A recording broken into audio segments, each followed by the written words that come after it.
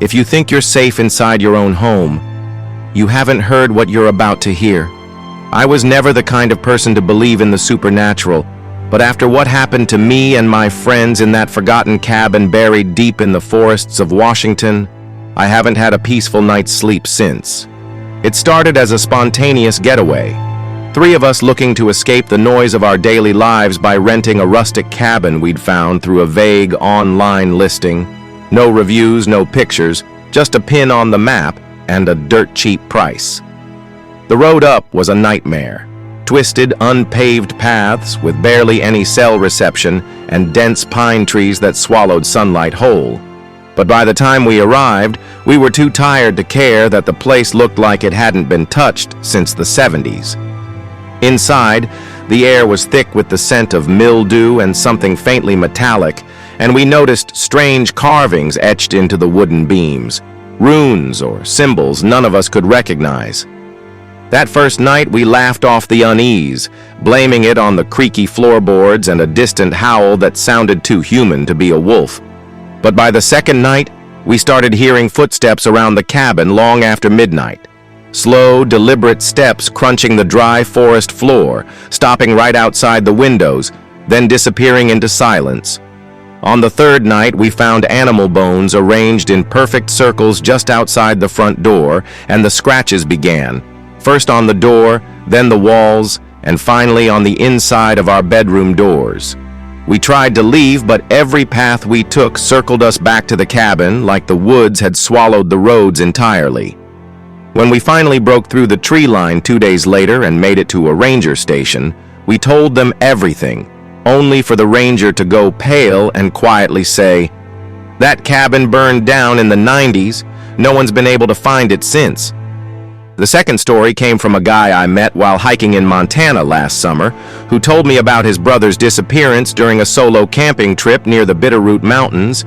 He had found an old, unmarked trail off the main loop and followed it to a half-collapsed log cabin that appeared to be completely untouched by time, with old oil lamps still filled and a kettle over a long, dead fireplace. He took shelter there overnight when a storm rolled in, and during the early hours of the morning, he woke to the sound of a voice whispering from under the floorboards, pleading for help in a child's voice. Convinced it was an animal or the wind, he ignored it, but the voice grew louder and more desperate until he finally lifted a floorboard to check and found nothing but an empty, dirt crawl space. That was the last anyone heard from him. A week later, search teams found his gear at the edge of the trail, but no sign of him or the cabin, and the only clue was a series of small, childlike handprints in the mud leading away into the woods.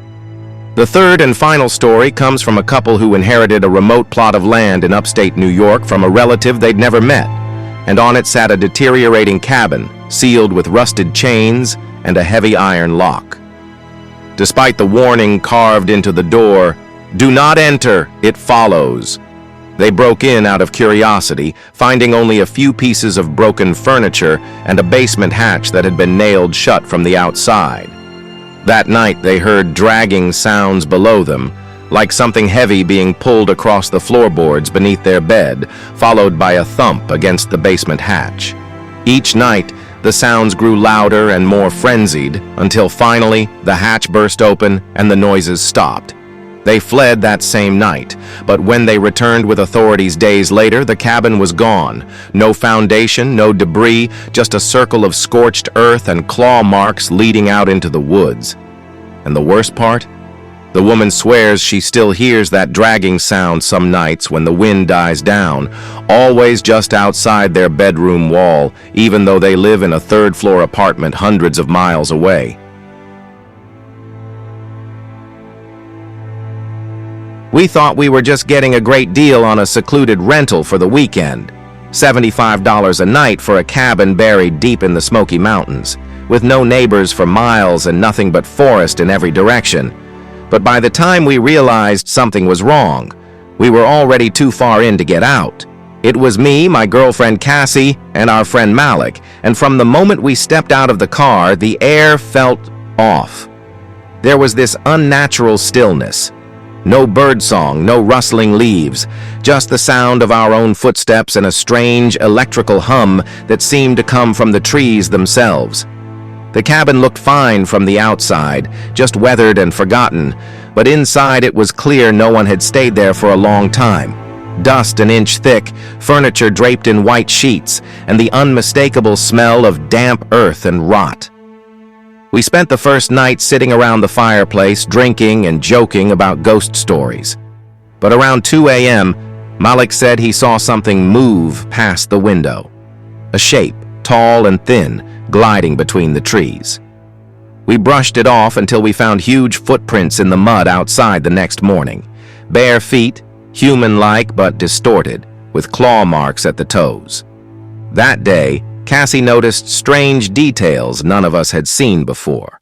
A trapdoor hidden under a rotting rug, a child's drawing pinned behind a loose panel in the wall showing 3 stick figures and a black scribbled shape looming over them. When night came again, the tension in the air was suffocating. We heard knocking, not on the door, but from within the walls, slow and rhythmic, like a message. Cassie started crying, convinced we were being watched, and Malik swore he heard someone whisper his name from the direction of the trap door. Against my better judgment, I opened it.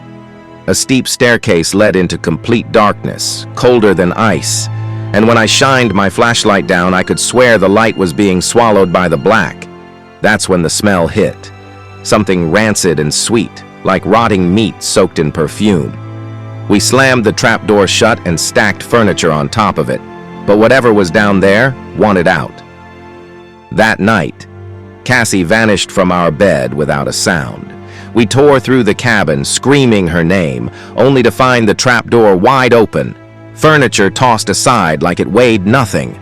Malik wanted to run for help, but I couldn't leave her. We waited until dawn, then climbed down into the dark, holding hands and shaking. What we found was a narrow tunnel lined with mirrors. Dozens of them, all cracked, reflecting us in strange, contorted ways. And there, in one of the mirrors, was Cassie, staring back at us, silently pounding on the glass from the inside, her mouth moving like she was screaming, but we couldn't hear a sound. When I reached out to touch it, Malik pulled me back, yelling that we had to go.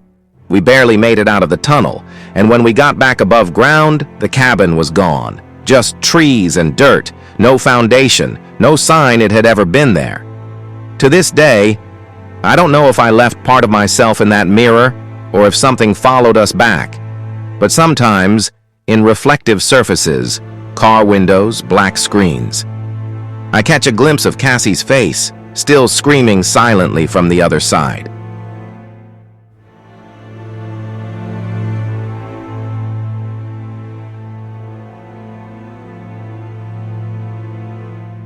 I've worked in forest conservation for over 15 years, and I've spent more nights alone in the wilderness than I can count. But nothing ever rattled me like what I encountered during a solo survey deep in the woods of northern Minnesota last fall. The region I was assigned to had been untouched for decades, bordering land owned by a long-abandoned logging company, and the only access was a 6-mile hike through dense, marshy terrain where even the GPS would cut out. I was supposed to mark tree health and map out potential wildlife activity for the Park Service, but 2 miles in, I found something that wasn't on any of the maps. An old, gray-stained log cabin half sunken into the earth like it was trying to disappear.